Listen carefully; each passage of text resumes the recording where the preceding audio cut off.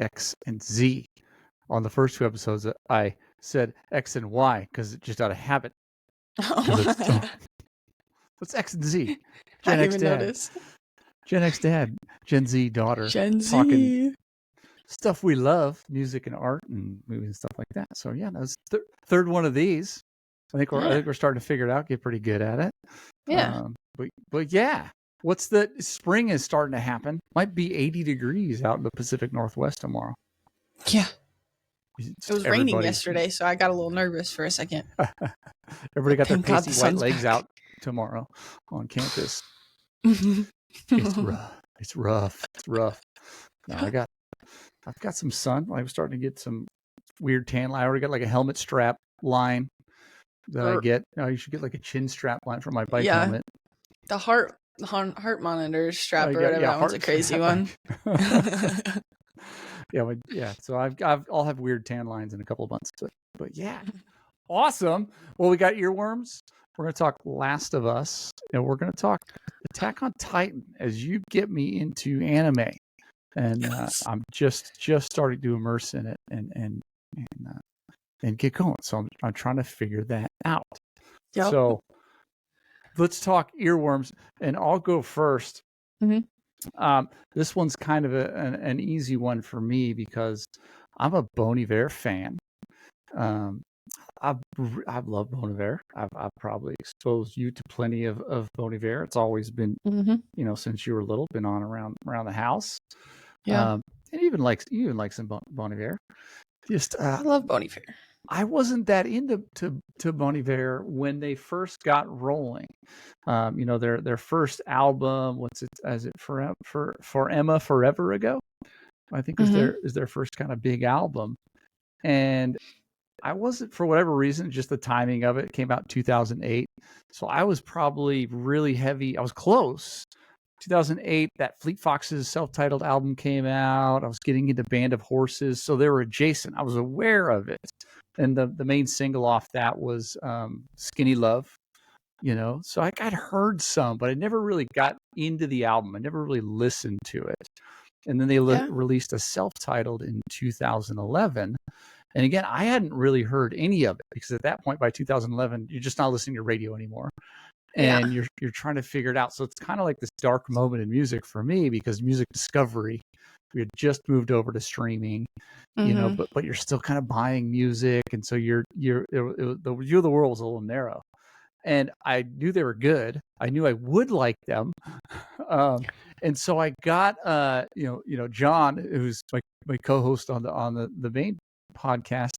His wife was always lucky. So Austin City Limits, which you're familiar with, the festival, was its main thing, or what it's always been, was a TV show on PBS, where it was, and it's how my introduction as a child to live music on TV, or what I thought was live music. Austin City Limits was a show on PBS, shot in Austin, and then syndicated across all the PBSs across the country, whenever they would air it. And it would be a band playing live, and they had a backdrop of the skyline of the city of Austin and that sort of thing. And they even had like bushes and trees behind the audience and up in the cameras to kind of literally, like when I was a kid, I thought it was outside, because they'd shoot shots like through the trees and just kind of zoom in as a song would get rolling. And I got to go in that studio with some musicians doing work, and we actually filmed some stuff in the old set for Austin City Limits, which was pretty cool. But anyway, what a lot of people don't know is you can't buy tickets to that show. There's only in the old one, there was a few hundred people could go. It was pretty small. The newer venue that they have that now, the Moody Theater, it seats maybe a couple thousand. But for the most part, you can't buy the tickets. This is a nonprofit thing. You have to win them in a lottery. You sign up to go to the show. Sponsors have like some luxury boxes, because they pay a lot of money to sponsor PBS, so they get a luxury box. Everyone else, you're just in a lottery. And we got a bunch of killer shows. One of them was Bon Iver, and I'd never seen them live. And even then, I didn't. It was just a busy period of life. I didn't even listen to a bunch of Bon Iver before we went there. I kind of was going in cold, having really just heard Skinny Love, and the opening tracks of the self-titled album for 2011 all kind of go together, almost like a medley on the album. Yeah, like one ends, another one begins, but it's kind of seamless. and they played that in its entirety, the first three. And I remember like about halfway through the second song, I was like, I'm in. Like, this is one of my new favorite bands. Like, they were killing it. It was so good and so intricate and so dynamic. I just love Bon Iver. So ever since, been following, or just all their stuff and what they've been doing. I think you got a lot of the 2016 album, 22 a Million. I think we were driving to and from Dallas a lot. Album. Yeah, great album. And they have a new one that just came out, last month or earlier this month. We got some singles early in the year. It's called Sable Fable. And I've just been spinning it. It's been what I've been putting on in the morning. And it is a lot more like the first couple albums, or even the first album, a lot more just simpler songs, a lot less of the kind of the electronic and manipulations and sounds, which I love in 22 a Million. So that's my earworm right now. I've been really spinning Sable Fable. It's just a cool evolution of the sound of Bon Iver. And that's my go-to right now. Are you getting any Bon Iver in the rotation for you lately? Not recently, but I do love Bon Iver. It does pain me that people my age only know Bon Iver from Twilight. I think there's one song in there. I think it's in the top 5 because it's Rosalind, I'm pretty sure. Okay. And so, only people know that song, and they don't know how to pronounce Bon Iver. It's always Bon Iver, and it hurts every time. But they have no way of knowing, so I get it, but it hurts. Oh yeah. So they got a soundtrack. Yeah, their stuff. That kind of music doesn't lend itself to TikTok discovery. No. It's a lot of like there's not a nugget in the song where that's cool. There's not like a big hook. It's a whole experience. Yeah. That's funny. I didn't realize it was a Twilight connection there. That's cool. No, I always tell people I'm proud. My kids, through Stranger Things, there was a couple like resurgent, songs from the 80s that got they pinged in the charts again. I'm like, oh, my kids already knew Master of Puppets. My kids already knew Space Age Love Song. They're part of our rotation. So awesome. Yeah, no, I'm digging Sable Fable. So that'll probably be I need to check it out on the road. We'll road trip next week, and that'll be perfect. So, what's the earworm? Okay. What are you rocking lately? My music right now, I haven't been listening to a lot because it's really just, we're in the school grind right now. But the weather's been nice, so I've been walking everywhere. There's been like weeks where I don't touch my car for like 2 or 3 days, which has been awesome. I love that. Nice. I can walk to everything where I live right now. The flowers are blooming. It feels great outside, and I'm just feeling good walking. I wear these literally everywhere I go, and I just stunt. And so my song right now is Obsessed by Mariah Carey. Nice. Little throwback, but it just makes me feel like the most powerful person on campus when I'm walking around the class. And it's so awesome. Not that old, 2009 album. Yeah. Memoirs of an Imperfect Angel. And that's it's a banger. Yeah, that sounds like walking in the springtime. That song. Oh, why are you so obsessed with me? Like, it just makes you feel good. It just makes me feel like I could walk another 2 miles just for fun while I listen to that song on repeat. What's the full take on Mariah Carey? Where's Mariah Carey fit in with your generation? Because she's a bit of an enigma, because the bubble I'm in, I never understood it. But where's she fit in? What's the kind of the take of Gen Z on Mariah Carey? I will say a lot of the songs I know are from TikTok and have been TikTok trends. So like, I've heard Obsessed on TikTok all the time. There was I think it's on the same album. Now I have to find out. It's a rap. That was a really popular one for a while because it was a TikTok dance. Okay. And so I remember hearing that over and over and over, but I literally could not tell you another song on this album. I only know those two, and it's because of TikTok.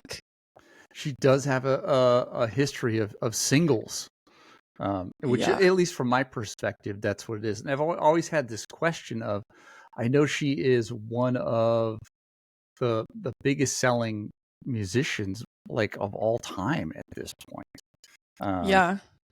And isn't it just because of Christmas? I think that's probably a big part of it. I don't know what her, let's go to her artist page on Spotify and see her most popular. Obsessed, We Belong Together. That's our biggest spin. Oh, okay, I do know that song. So yeah, it's nothing at 1 billion at least on there, which I'm surprised now looking at that, where a lot of the legacy artists always have a 1 or 2 songs that have hit 1 billion. She's close with We Belong Together. She's got another 200,000 to go. Well, it makes sense that All I Want for Christmas Is You isn't up there right now. Or would that just stay up there if it was? I wonder if that is... Because that's the one. I can't... I've never listened to another Christmas song by her. That's the only one you listen to. Right? It's... let's see. Yeah, that one's at 2 billion. So it doesn't show up on our artist page. There we go. Yeah, that's a big hit. I know they can kind of tweak those. What shows in there? She's set for life. That thing comes around every year. Yeah, she's getting paid. Yeah, I love like on Twitter, it'll say like it'll have her like frozen in ice in November, and they'll be like she's defrosting, and it's like the song's coming back again. Like she's good. That's what it takes. I hear like Sting, because Every Breath You Take for the longest time was one of the most played songs ever on radio, and then it was. Then Puffy made a song with it without getting proper permission, so Sting gets paid on that too, and to the point of I think he was getting, last I heard, $2,000 a day for life, pretty much, on royalties on one of the most played songs ever back in the radio days. But Mariah Carey was always funny to me because you used to have to buy your music. So if you really liked something, you had to buy it. First tapes for us in the 80s and then CDs in the 90s. You had to buy it. And I knew in the 90s, so she dropped her first album in 1990 and was the Queen in the 90s, was huge in the 90s. Yeah. She had a single every once, she'd have something on the charts all the time and you'd hear it on the radio. But in my bubble, I never knew anybody that was buying the music that had the CDs. So I was like, who's buying the Mariah Carey that she's doing so well? Like, I'm not mad at it. It's great music, but it was always like, I live in a bubble, clearly, of people who like alternative and hip hop, but even like with the hip hop and R&B and reggae I listened to, I figured there'd be some overlap. It was always funny to me, like, okay, who's buying the Mariah Carey? Because I'm not, when I flip through people's CD books at their house, it's never there, and she's the biggest selling album for of a year sometimes. So anyway, remarkable voice. Fascinating. She actually came up on the podcast earlier this morning. We're recording the other episode. Really? Yeah, because I was talking about one of my favorite vocal inflections for artists is when they can. I'm trying to think of a good example, when they can push their voice to the point of where it kind of cracks a little bit, like. So I think of Rolling Stones' "Gimme Shelter" with the kind of the gospel singers in the background, where she's singing, rape, murder, it's just a shadow away, and her voice kind of just cracks a little, like you can tell it adds this layer of it. Well, it's just really, it makes it more dramatic because it's like the vocalist is pushing to that point of cracking. Where Mariah Carey's on the other end of the spectrum, where she can sing in this register that doesn't even seem human and not crack. She can hit whistle notes. I think that's the most impressive thing ever. Yeah. That's so crazy. Just so high and not crack, which is also impressive. So it's kind of the other side of the spectrum. So I love like Greg Graffin, he's a punk rock singer. His voice is just always on the verge of cracking. Like he's just singing too hard. And I love it, when rock singers do that. So so different. But yeah, Mariah Carey, I'm not mad. That sounds like spring. That's a great banger. If you're going on a walk, it just makes you feel good. Yeah, I put the Decemberists June hymn on my Instagram when I took a picture of a bunch of dandelions the other day, because that song is literally about spring. So great. And flowers growing and stuff. Yeah, my whole camera roll right now is just flowers on campus. There's the building that I have class in the women's building. It's very historical. But outside there's just these giant bushes of pink flowers everywhere, and they smell like perfume. Like and it's my favorite part of my day is walking through them, because I just like look up and like, it's so awesome. The flowers are good right now There's so much in Oregon. I got stung by a bee last week. I'm not. I think as I get older, something's going on with my immune system. I don't fight the bee. I don't. It lasts longer than it used to. Like it used to just, bee sting might be like a pimple, maybe a little bump for a day. Yeah. But like I had swelling, it got me in the shoulder. So I had swelling down my arm, down my chest. I had a man boob for a day. Did you actually? I had a full-on man boob. It was How weird. does that happen? Yeah, I could feel it jiggle when I like went down the stairs. Like it was that.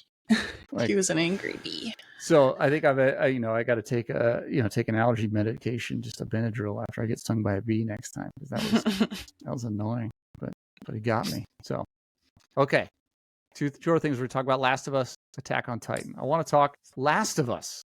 Oh my gosh. Okay, so it's based on a video game, right? Of the same name, The Last of Us. Yep. Have you played it? I know you play some video games. I have not. Okay. And it's my understanding that it's based on Halo, or it's kind of like the prequel to Halo. And so Halo was probably the first like story-driven video game that really broke beyond the core people that were playing like MMORPGs or those kinds of things. The first-person shooter that reached the masses in the modern era. And then turned into online gaming, where you a game like that, you're playing through a story. So you're this guy, you're the Master Chief, and you're trying to accomplish a mission. And then as you finish things, you watch little mini movies. So the video game is like a movie, right? There's a story to it. And the first time you play it, it's helpful to watch all that stuff, and it becomes a thing that's very immersive. And that was Halo. And then there's a component in it somewhere, I can't remember. I think it's in Halo 1, where there's a thing you're fighting called the Flood. Have you played Halo and you know the Flood? I only played in your office when I was too young to understand what was happening. Yeah, so you're I don't remember. So you're Master Chief, and the story is we've had to leave Earth. Yeah. Right? And create a planet. So like you've seen Interstellar. Where the planet they created is it's a big ring to, I don't know if it actually works in science or whatever, but in movies they tell us it works, where it's a ring, and it rotates to create gravity, and the humans live on the inside of the ring so they can have a normal situation. And so Halo, that's why it's called Halo. It's a circle. The Halo is where all the people left Earth to go live, because Earth became uninhabitable, presumably because of the fungus, The Last of Us. So this is well before. Yeah, so I think this is in the 90s is when it's set. So they don't yet have the technology to leave Earth, right? Yeah. So they're there fighting it. So that's the thing. And in Halo, the video game, which in the timeline will take place after the Last of Us video game, or maybe even during it. Maybe people are still on Earth trying to make Earth work while we're living up on the Halo too. Yeah, that fungus gets into space. So at first you're fighting these aliens who now that we're out there living on the Halo, they don't like us. They want to fight us or whatever. The Covenant, they're called. And then a fungus has infected things. So you're fighting basically the fungus zombies, and it's sometimes people, sometimes aliens that have turned into the Flood, they've called it. So I was aware of it. So I knew there was going to be a fungal thing. Yeah. And so The Last of Us, just to set the stage for the people who haven't watched it, we're in second season. Last year was season 1. Pedro Pascal is the lead. And it starts with that, where there's an infection they don't understand. And the first episode, I think, is really powerful, where, they have this infection somewhere like in the Philippines or Indonesia, like in an island in a containable space, and someone has it, and they show it to someone who knows, can figure out what it is, and sees that it's a fungus.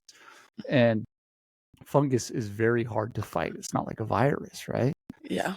And the lady, after looking in the microscope, has a look of panic, and then looks up at the people and just says, "Bomb." Yeah. We should blow everything up. She said, "You just need to nuke this island. I'm sorry. That's the only way." But apparently people got out before they could do that anyway. So it's that bad. So it's a cool setting. It's a cool setup. Yeah. Right? and then we go to America, and you kind of what happens there. Just to give us the next set. So give us the characters. I gotta think back. Well, Joel and Ellie. So Joel, we start with Joel. Joel is at home, and he's a single dad with his daughter. Right. That's what we get, and I don't even know how it all starts. Well, they got to run. They got to make a run for it somewhere because it's happening, and there's kind of two things you're fighting: people who are freaking out and hurting each other because it just becomes everybody's the enemy in a situation like that because you could be infected, which we felt during COVID. For a minute there, everybody was a bad guy. Well, you might have COVID. Panicking, and you don't know. And so everybody's panicking, and his daughter ends up getting killed in front of him.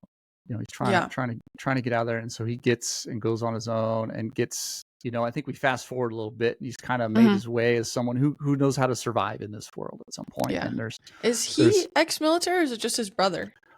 Maybe his brother. I think maybe a little bit. But they're both. He always seems like he knows what he's doing, and he's very resourceful. He's a skilled operator. Immediately, yeah.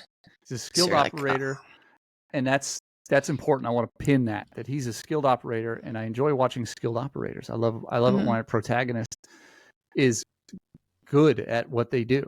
I don't mind them trying to figure things out, but I hate when the protagonist is kind of bubbling through and just like, I'll figure it out, and like that's kind of why I didn't care much for Hunger Games.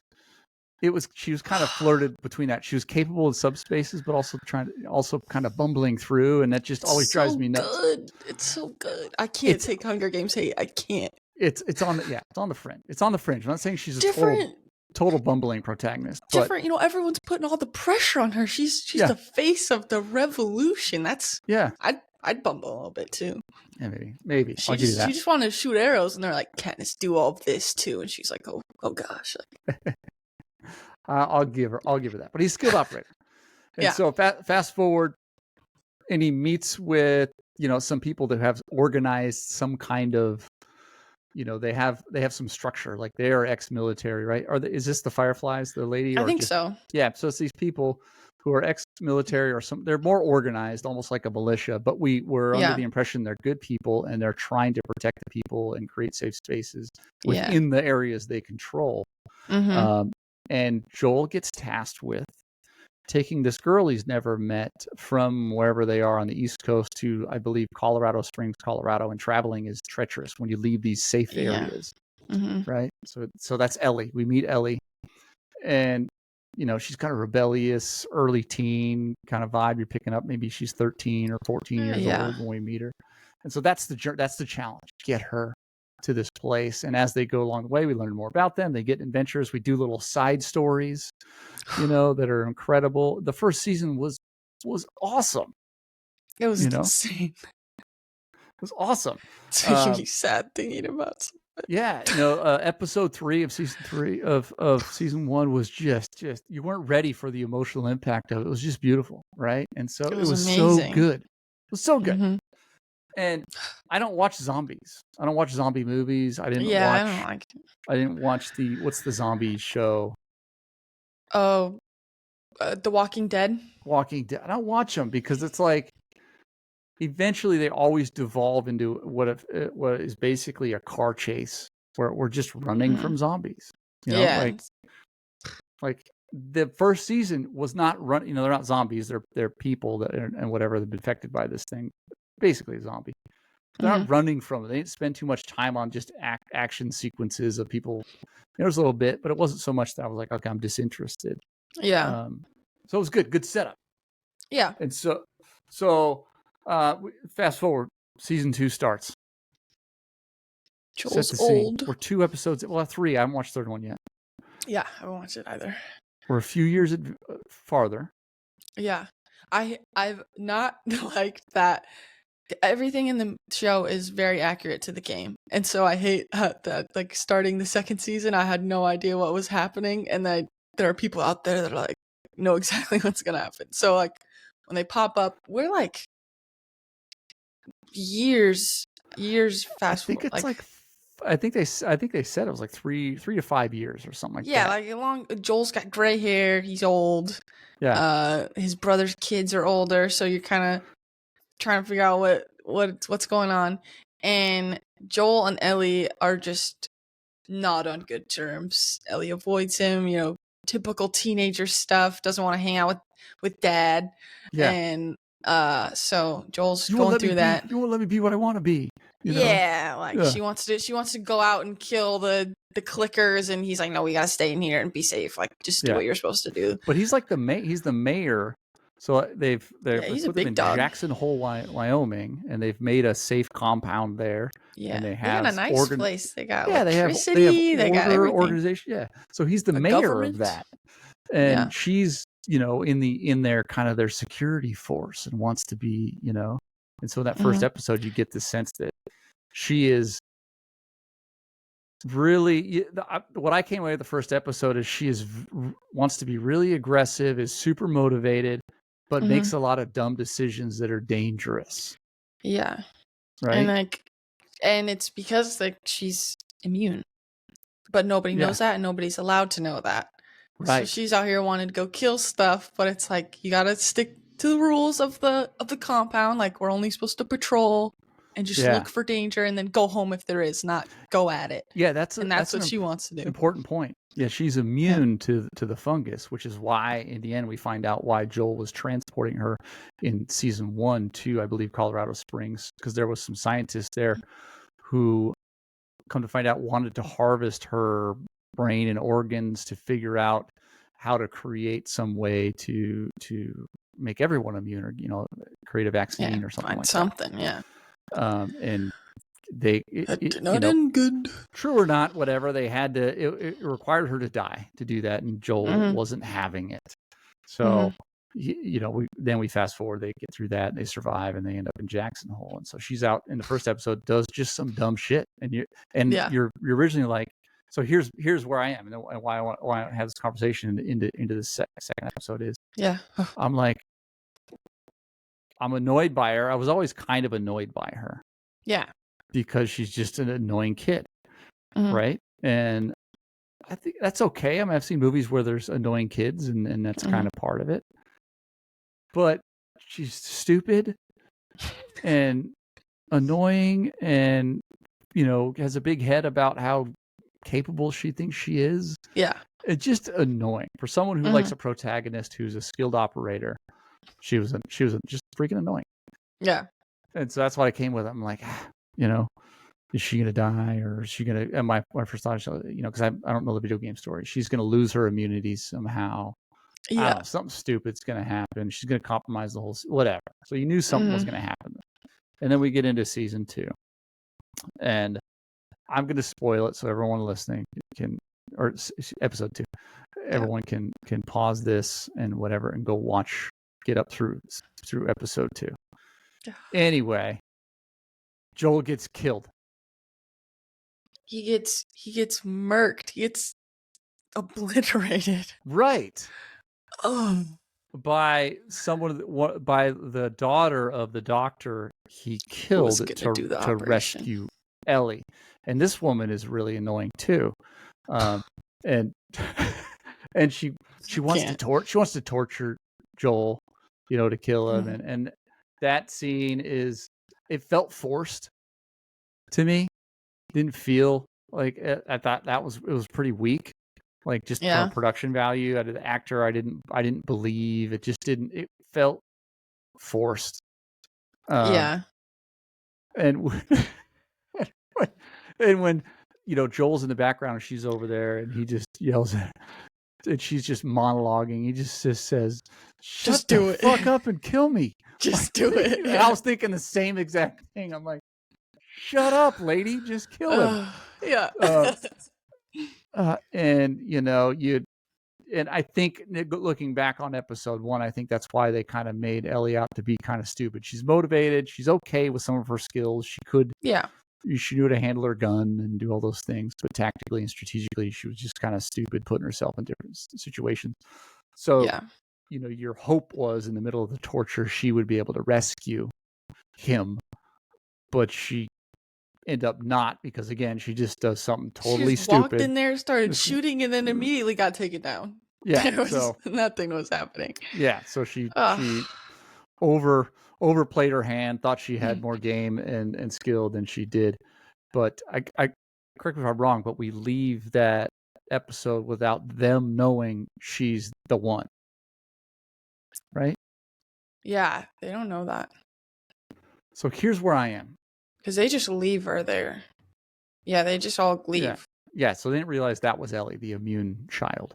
Because I would imagine if they knew that, they would have taken her with them. But and they're the only Fireflies left, correct? That's what as far as they know, as far as we know. Yeah. Okay. They did hint that don't go to Seattle.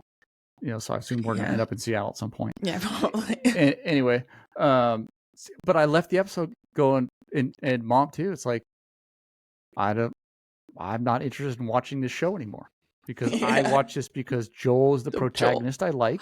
Yeah. He's the lead, and now he's dead. Do I even want to watch this anymore? Yeah. Because I don't know if I can watch Ellie bumble her way across the country. Because she's annoying and stupid and has very little endearing qualities and is not a skilled operator. Why am I watching her? Am I a horrible person? I don't know. I feel like I see so much of their characters together outside of this, and I really like her the actress that plays her. Right. So I feel like I'm like, yeah, I'm watching her and not Ellie. Or not Joel. And not Joel. Oh, you're watching the actress, not Ellie. Okay, yeah. Yeah. See, I don't know her from anything else. Yeah, I don't either. I just see them in interviews, and I think they're like so cool. So I'm like, oh, I like her. But I'm like, wait, no, she's Ellie and not. What is her actual name? I can't think of her name. But yeah, she's just not my type of protagonist. Yeah. And I guess I gotta give it more a chance for right now. It's like I don't know if I want. So we didn't even. We're behind. We didn't watch. We sat down to watch them both, and after that one, we both were like, "No, I'm good. Let's go back to watching the Wu-Tang." And so we went back and watched American Saga. We were finishing up that series, and it was, so that's where I am right now. I don't know if it's Bella Ramsey is the actress. God, I can't remember. I don't know if I want to watch anymore because I loved watching Joel, but I guess that's the video game. That's the point of the video game is everybody dies. This is about The Last of Us. Eventually there will be nobody left on Earth. There's not a redemption here. I want to know what happens with like the immunity and stuff. Like, is that gonna help anybody, or is she just gonna like get to be the only one? Right. Like, I gotta know because now the only people that know is her uncle or whatever his name is. Yeah. Like they're the only people left that know. Yeah. And he's I don't trust him. He's kind of a wild card. Really? But we weren't sure about him in season 1. I think it was kind of like he might bail on you. He might leave you hanging. Yeah. So we'll see. But yeah, I'm gonna have to. I might not be able to watch it for a few weeks. I might just have to get over that. And try again maybe after the playoffs are over, because right now it's all basketball playoffs all the time at our house. So especially with the Warriors playing at 4:30 today, we got to get on it early. But yeah, I don't know about Last of Us. I'm a little worried. But I get it. So Attack on Titan. I have started. You came over. You came up to our house and we watched a couple episodes together. I've since watched a couple more. Let's go. I'm trying to get into the anime. So earlier in the year, Steele had turned me on to a Demon Slayer because that was available on the streaming. So now that I'm in the Crunchyroll, which is the name of the streaming service for anime run by Sony. So anime, tell an old guy what anime is. How would you describe it? Yeah, what is it? Kind of at an overarching theme. What's different about it between because when we see it at a distance, not knowing anything, it looks like a cartoon. Yeah. What's the original Where's this come from? That is really loud. Well, I don't even know where to start. It took me so long to get into it. I was one of the haters. I was very judgmental. I was just like, it's a weird cartoon where there's specifically the Attack on Titan. Just all of them. I do remember starting Attack on Titan by myself once and watching the first episode. I wasn't expecting it to be that gory. I was like, this is a cartoon. Why are they ripping people's heads off and stuff? Like, what's going on? So I was like, okay, never mind. I won't do that. But then it's one of the highest rated TV shows of all time, like TV shows period. On IMDb, right. It's like top 25, I think. 22 maybe. Something up there. So I'm like, how can it be that popular and like everybody I know doesn't watch anime or doesn't like anime? So like, what am I missing? Like, who are the people that are out there watching this? Like, why is it such a big deal? Right. Well, Avatar's on. Well, first, since you mentioned it, just for context. Yeah. Let's see. So, highest rated TV shows per IMDb user ratings. Number 7 in the top 10 is Avatar: The Last Airbender. I believe that's an anime, right? Yes. So that's a little higher. I'm trying to make sure I don't see. That's number 7, really? Number 7. It deserves that. Let's see. Bluey is on there, which is a cartoon I've heard of and not seen. Rick and Morty, top 20. I love Bluey. Attack on Titan at number 21. So 21? Okay, so all the Gen Xers and people that are familiar with other shows, that's ahead of Better Call Saul, The Office. It's ahead of, let's see if I get into see if there's some Seinfeld. It's ahead of, let's see some other ones on there. A lot of these are a lot newer. I'm trying to think of stuff that people my age would definitely be familiar with. Yeah, it's ahead of a couple, legendary ones on there. So yeah, it is up there. So you got 2 animes, and one in the top 10, one at 21. I didn't realize Avatar was 7. Attack on Titan. So yeah, Avatar: The Last Airbender. That's like a Nickelodeon show. Like that's what people like kids my age like watched growing up. And so I never considered it as an anime, but is it considered anime? I think technically yes, but that's like even people who don't like anime have like watched that. Right. But I think that was kind of my entry because I was like, if I like this, like I gotta try these other shows, especially being as popular as some of these other shows are. I was like, I should. The creator of Avatar: The Last Airbender, no relation to the movies out of Avatar, as far as I can tell. Michael Dante DiMartino, that's a very Italian sounding name, and Brian Konietzko.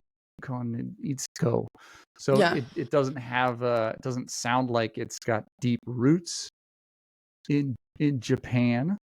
At least the creators of it don't seem to be native Japanese folks. Interesting. And then when I go over to Attack on Titan, just to set some, so again here, kind of created by, again, Jesse James Grell and Trina Nishimura. There's a Japanese sound. I don't know the etymology of her name. It sounds like it's Japanese, although she looks like she might be Hapa. For us from Hawaii, that means she's most animes are based off mangas, so I think that's like there is an Attack on Titan manga. What's a manga? Manga is like a Japanese comic book essentially, and you read it backwards from how we read it. I have the Attack on Titan manga in my room, but that's so most. I think all. I don't know if that's like a requirement, but like a real anime comes from manga. Source material was a comic book first. Okay. Yeah. So I don't know if Avatar: The Last Airbender has one, but Avatar: The Last Airbender is one of the greatest shows ever. It deserves to be at 7. There's a character in it. It's one of my favorite character arcs ever. It's similar to Jamie Tart in Ted Lasso, how you hate him so much at the beginning to him being one of your favorite characters by the end, and it's like it's incredible. And that's Attack on Titan or Avatar? Avatar. Okay. So back to Attack on Titan. Yeah. That's my entry point into anime. And so I've started there, watched a few episodes. Set the scene for what's going on. What's the premise here of Attack on Titan? Yeah. So our main character is Eren Yeager. And it starts off, he's just hanging out with his friends in their city, and they live in the middle of these giant walls. and their sole purpose is to protect them from the titans that are outside the walls. They don't know anything about life outside, just that these giant, humongous, man-eating creatures live beyond the walls, and they were put up to protect them, and they can't leave. And, you know, Aaron complains about living behind the walls and all this. Like, people hate it. But there are these people called, I'm blanking on their name already. What are they called? Titans? No. The Scout Regiment. Oh my gosh. Oh, okay, yeah. They're like the military. They're like their army. They're defenders. They literally just kill Titans. That's it. And Aaron like wants to be one so bad. Right. And I think it's in the first episode. Titans break through the wall. Yeah. And like in Aaron's city, and they eat his mom. And there's like layers to it. It's like a big city. There's like there's the walls have names. And so they broke through the first set of walls. It's Rose, Mariah, and Cinna, I'm pretty sure. Yeah, so you learn that. So like in the middle is like the government. There's like I don't know if he's a king. Like it's usually like the rich people are in there, and then it gets bigger, you know, there's still big people in there, and then like outside walls are like your smaller like villages type thing. And most of the people in the what's their security force military thing called again? Scouts. The scout. Most of them want to be inside police. That's their the military police. It's pretty chill. You just hang out, and they kind of paint that picture. I picked that up, that they're kind of just lazy because there isn't much to do because the outside everything's outside.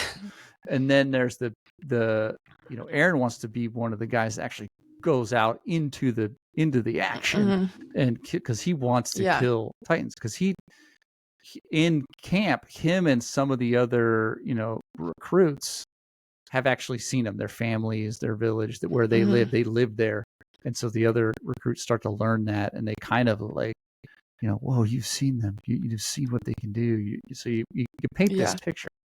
And so here's where my mind is now. So it's different, you know, just to kind of help me through, or others that might want to watch it for the first time. And I haven't really watched any anime, but my generation our anime was called Voltron. Yeah. Right. It was a similar thing where it had Japanese origins, I believe. And it was very formulaic, and the navigation was, you know, what it was. Let's see if I can get back to the original. Voltron, Defender of the Universe, ran from 84 to 85. It had that vibe. I don't know if it came from manga, but you know, it kind of had that thing where it was episodic. It was just kind of fantasy action, and was just kind of, you know, I love Voltron anyway. So the one thing that was a struggle for me, that was different than more modern TV shows, is the world build, and the premise is thrown at you immediately. Like, you don't even understand what's going on. Like, the Titans are attacking. So I still, you know, I think I'm 6 episodes in. I still have a lot of questions. Where did they come from? Are these aliens? Are these, you know, so we don't know what the origin of a Titan is, or when we built the cities, and why we're there. So there's no background there. In some ways that's good, because you're straight into the action, because sometimes, you know, like Game of Thrones, there's so many people you need to get to know. The cast and the world is so big. It can be hard to get into, because it's like, there's a lot of exposition. There's a lot of world building. There's a lot of learning characters, where they just get straight into it. So it's a little disorienting, because I'm like, who's that? What's that? And so I feel like I should know more. But I'm trying to just be okay with it. Like, hell, figure out when I get along. But at the end of the day, like, even with Game of Thrones, by the end of it, I still don't remember people's names. I enjoyed the show. But I would have to ask Mom repeatedly, okay, who's that? What's that person's again? You know, because it was just so complex. But so that's my first question. How do I navigate all of that? Because I'm not being helped out much by it yet. Yeah. I think that is the hardest part, honestly, getting into a new anime, is I feel like they throw characters at you so fast, especially Attack on Titan. There's just so many people. And it is hard to kind of keep track, but I think it starts to get better. Like, if you just wait, like you said, just accept that there's a lot going on. And everything will be answered. That's all I can say. So we will know the origins of Titans. Everything. The main reason I got into this show is because obviously it's one of the greatest shows. People are telling me there's like 6 or 7 different plot twists that actually like knock you off your feet, jaw drop. Like you have to go rewatch the episode, like because it's like, what just happened? Like I don't even understand what happened. And so that's why I'm like, okay, I'm just gonna be patient because something's gonna happen. Like I need to know what's gonna happen because what do you mean? What's the plot twist? Like that was my motivation for starting and finishing the show. Yeah. So like there's so much I can't tell you. Yeah, no, don't tell me. I don't want it to spoil. But that's my struggle right now is it's hard to care. Yeah.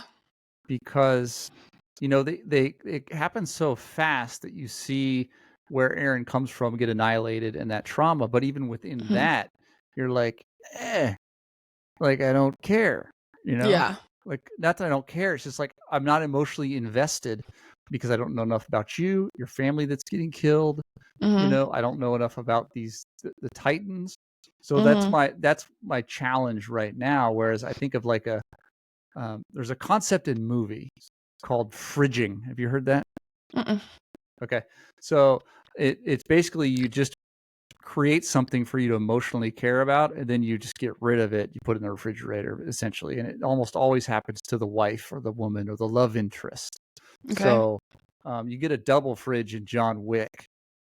So they double click into it. You meet his wife, and they rapidly make you fall in love with them as a couple and her as a person, and then they break your heart and help you understand his pain, and then just to make sure you get it, the puppy comes into his life, and the puppy gets fridged as well, and it's simply just to create quickly a motivation for our main character, our protagonist, that we are also emotionally involved in. We're mad too that his wife is dead and that they killed his dog. We're pissed too.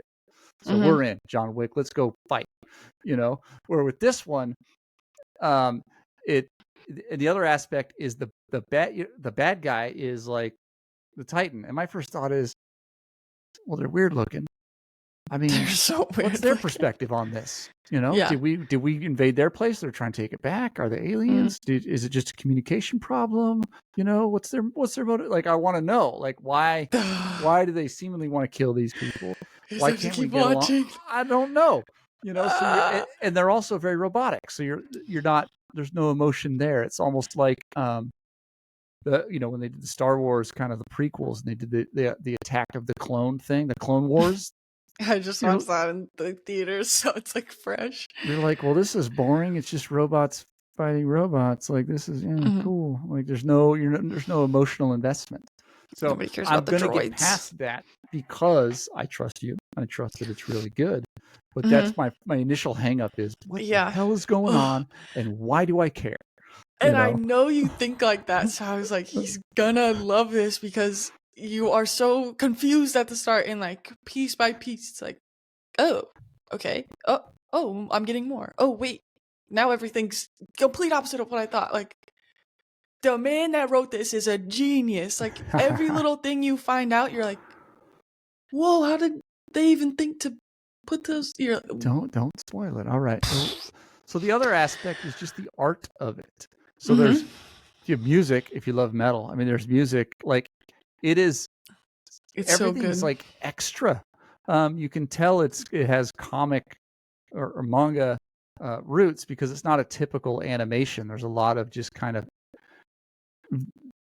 There's even like still paintings. So some of your action kind of cuts between partial animation, partial still.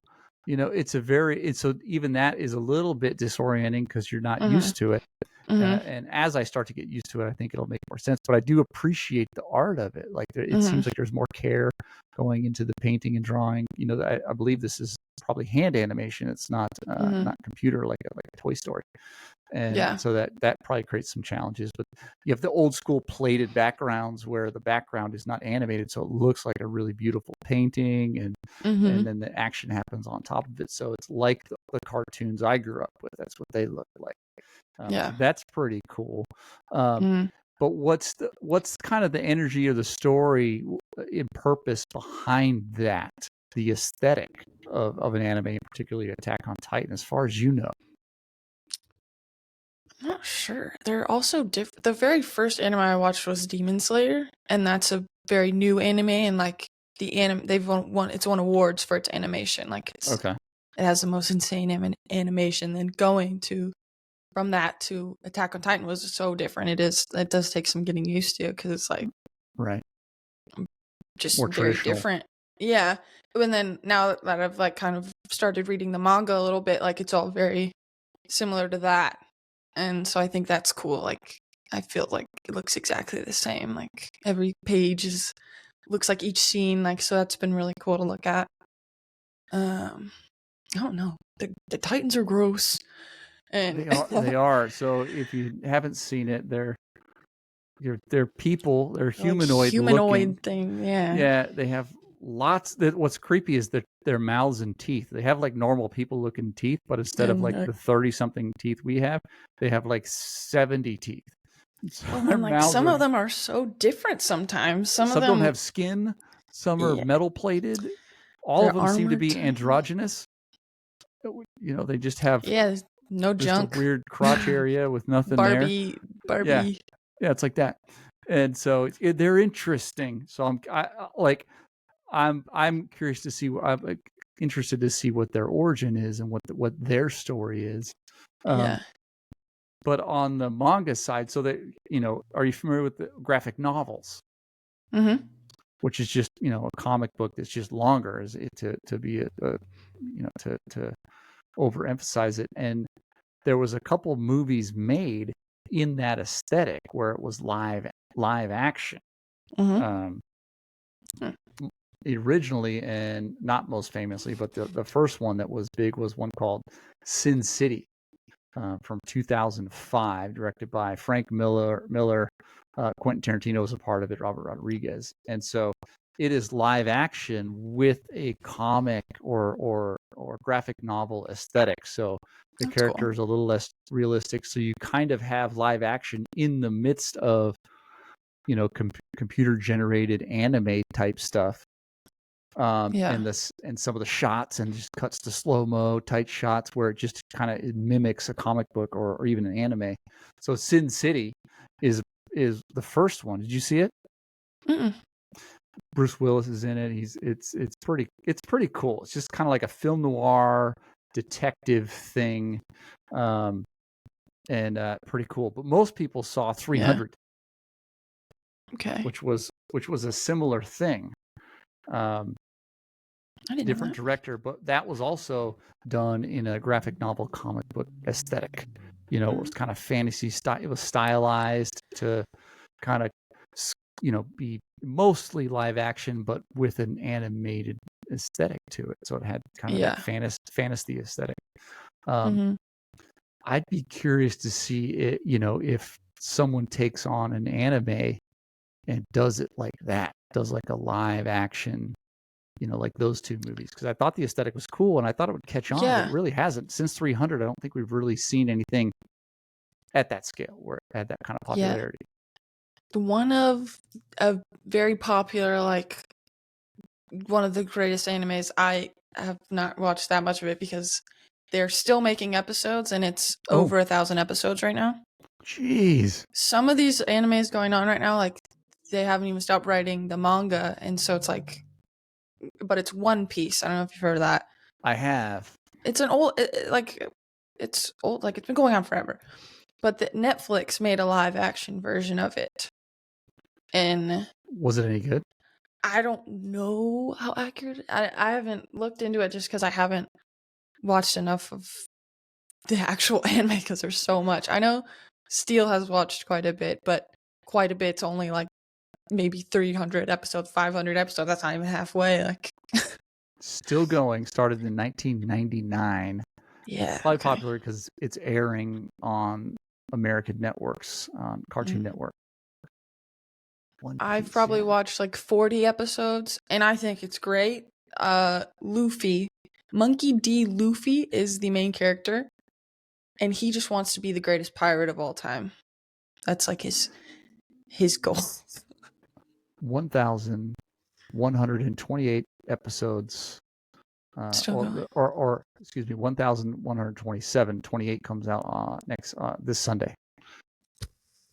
So still going. Yeah, it's up there. insane. That's like Simpsons level. Yeah.